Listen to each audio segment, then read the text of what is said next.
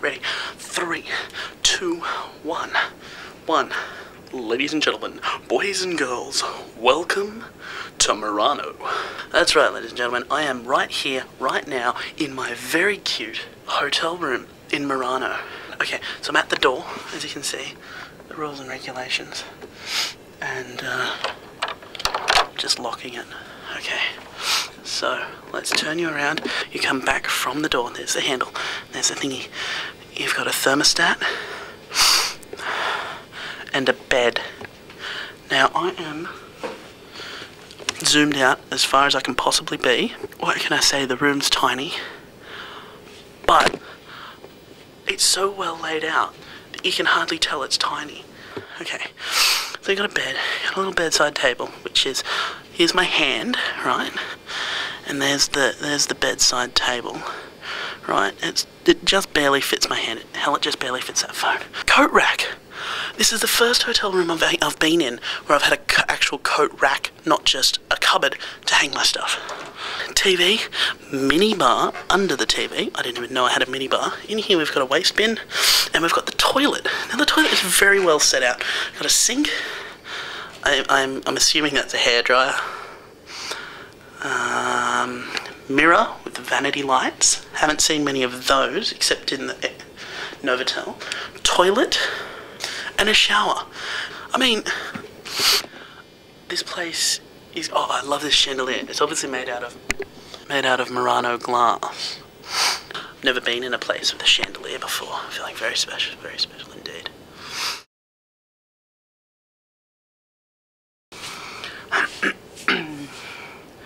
As you saw, this room is very tiny, and finding somewhere relatively stable to shoot was very difficult.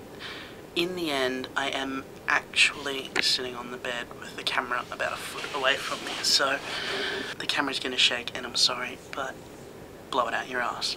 I'll edit that bit out. So, night trains. If you're in Europe and you happen to get a train with the code letters EN, which is Euronight, do not, for the love of God, do not take that train. It may seem like fun, but just trust me. If you want to have some fun and you've got if you've got 3 days in the place you want to be afterwards, take a night train. But I sincerely fucked up my stay in Zurich because I took that night train. But it was my only option, and it was a dick move on my part, and I'm angry at myself that I did it. But I know I definitely want to go back to Zurich, because it was awesome in the old sense of the word. Like, actually, you know, and I do feel like I cheated myself out of Zurich, which is a shame, because they had the suicidal trams, and I'm starting to think any place with suicidal trams is a good place to be. Although Warsaw had suicidal trams, so that's the exception to the rule. But yeah, to recap, I was on a train from Warsaw to Vienna for six and a half, because it was late hours, and then I was on the overnight train from 9 till 6, so 9 hours. Today will actually go down in my books as a day of days for absolutely awe-inspiring scenery. I could not be happier with sitting on the Cisalpino from Zurich to Milan, then from Milan to Venice, Venezia. I could use every word in my vocabulary and still not come anywhere near describing the awe and absolute beauty of the trip here. And this is what I mean when I say when I took the Wiener Walzer at night, I cheated myself out of scenery. I'm gonna play a clip now, and I'm telling myself to play the clips now because I wanna show you this with no commentary before I talk about it. Okay, roll the clips. I always wanted to say that. Roll the clips.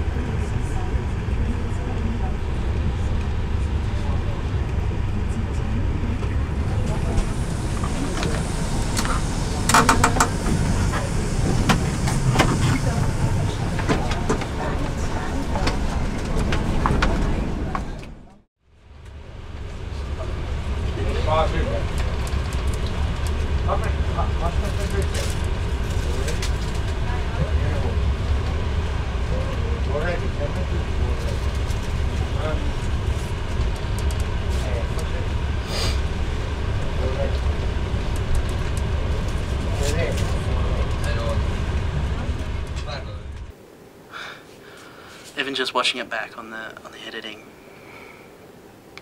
it gives me chills.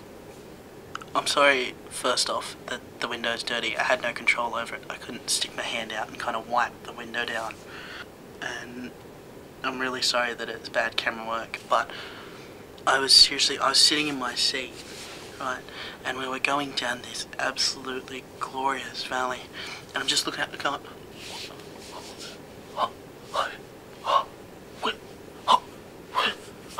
I could do this for hours.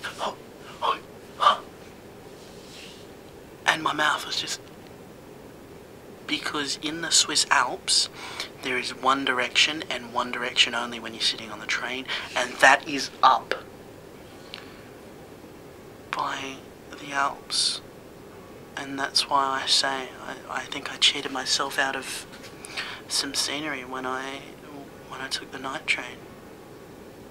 I remember looking out, and you watch the road, and the road ducks into tunnels and then ducks out, and then it doesn't follow the mountain as much as the train does. And there's a lot less tunnels on the train line. The road is fantastic. It just ducks in and out of tunnels. And there was this one point where I looked out across. There was a sheer drop, because that's all the Alps is. It's either a sheer. It's just a sheer drop on either side of the mountain. You've got a peak, sheer drop. That's the Alps, and lots of them, like lots of sheer drops. There's these houses that are just tacked on. It looks like someone's got blue tack and just gone, oh, I put a house there. And there was this bell tower, no, a church. It was a church, and it was sitting on this big boulder type mountain rock thing. That's what we in Australia would call a mountain. Behind a bigger, much bigger, like, mountain. And the only way you could access it was a cable car. Anyway, getting back to the roads. Oh, there's so much to say. Venice was built on islands. It's built in a lagoon kind of thing. And the train station it's a bit creepy because it's just two rail lines that just throw themselves out over the lagoon with a roadway next to it, and it just stops kind of in the middle of this lagoon at a train station. So you get off and then you walk out the front, and Venice everywhere. It is just Venice. Everything you've seen in movies, everything you thought it was, it is. Anyway, I went and I did what Mum said because she has been here, and I got a 72-hour Vaporetti ticket. And I was booting around the train station trying to figure out where the hell I'm supposed to go. And I knew I had to get to Murano, but I didn't quite know how. So then I figured out, I take the DM or the 41 or the N. So I took the DM, which is the direct Murano. And I got here right on sunset. Well, no, not right on sunset, about half an hour before sunset. And also, today is the first day that I've seen the sun since, I think, since ever. Since this trip started, I have not seen sunlight for more than 4 hours because of cloud cover. The Vaporetti took ages to get to the Vaporetti station. So by the time I left the Vaporetti station, it was about 6 o'clock, which is just on dusk here. And we came down the Grand Canal and we legged it out into the lagoon area. And as we came out, it was just golden pink sunlight landscaping the sky, lighting the sky. It was just beautiful golden pink sunlight throwing itself over the sky, and there was a few of those, the wispy clouds that they have. Kind of looks a bit like cotton candy. I started filming the Vaporetti ride over to Murano because Murano is part of the Lagoon Island section, which is about 15 minutes Vaporetti. Oh, not even, about 10 minutes, but you love the whole trip, so it's all good.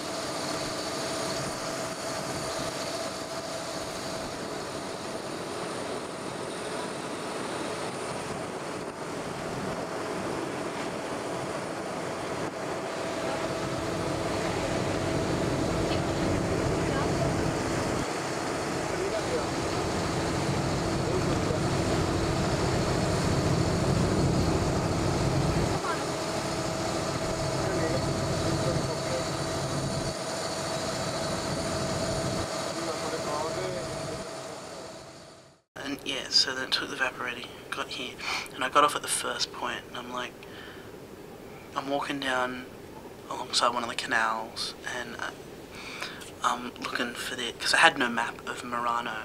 Mum gave me a Venice pocket map, but that doesn't have a distinguishable, detailed map of Murano. I'm calling it Murano at the moment. I was completely, not lost, I didn't know my hotel was in relation to where I was.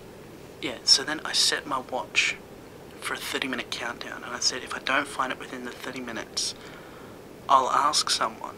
So I was walking around, and as I was walking down one of the main canals between the Mirano, because the Mirano is actually a group of islands, and I was walking down one of the main canals of Mirano, and the sun was setting, and I've got footage of it, and I'll show you it now.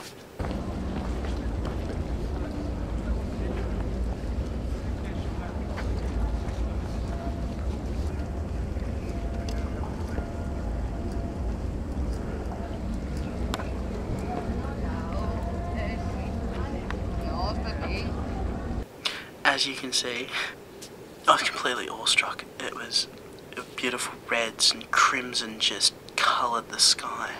And today has been the most beautiful day of my entire trip. The sun has been shining. Anyway, I was walking around trying to find the hotel Contieri, and I watch this ticking down, and I'm looking at my watch, and I'm at the Parklands, and it's 5 minutes to go. Right? I didn't look less because it was only 5 minutes to go. And I took a left, and as I was taking a left, I saw this kind of square thing, like a piazza, not like a shape that's a square, a piazza. And there was kids playing soccer, and I'm like, geez, doesn't get more Italian than that. And I started walking down towards there.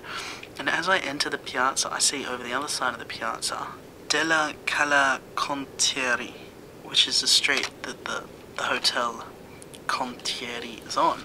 And I looked at my watch, and I'm like, okay, 2 minutes, very nice. And I'm walking along, and I'm looking for number 21, and I'm walking as quickly as I can to try and find it. And you would not believe, but at the same time as I stopped out the front of number 21, my hotel, my watch counter of 30 minutes started beeping. I mean, you can't script that type of stuff. After all the shit, after the head cold in Amiens, I have to admit, I did get really depressed in France because it was just such a downer not being able to talk to anyone. And, you know, no one kind of understood you. And it's been great coming from that kind of, you know, parlez-vous anglais? Oh no. And then going to, you know, the Netherlands, we just talk English and they talk English back. And then going to Germany where you talk English and they get you, and they'll try and talk English back, and they usually can, but there was some there that just didn't work. And then going to the Warsaw where you talk English, they talk English back, and there was, you know, then going to Vienna where the girls are just beautiful, and then going to Zurich, and it's really, today the sun was shining, it was a great day, it was beautiful, it was gorgeous, there were girls everywhere, there was plenty of eye candy, human and nature. I'm so happy about how today went, and how I'm excited about seeing Venice tomorrow. And that's it. That's all for my video blog. Go see the Alps. So until tomorrow night, I'm Sam in Venice, completely awestruck.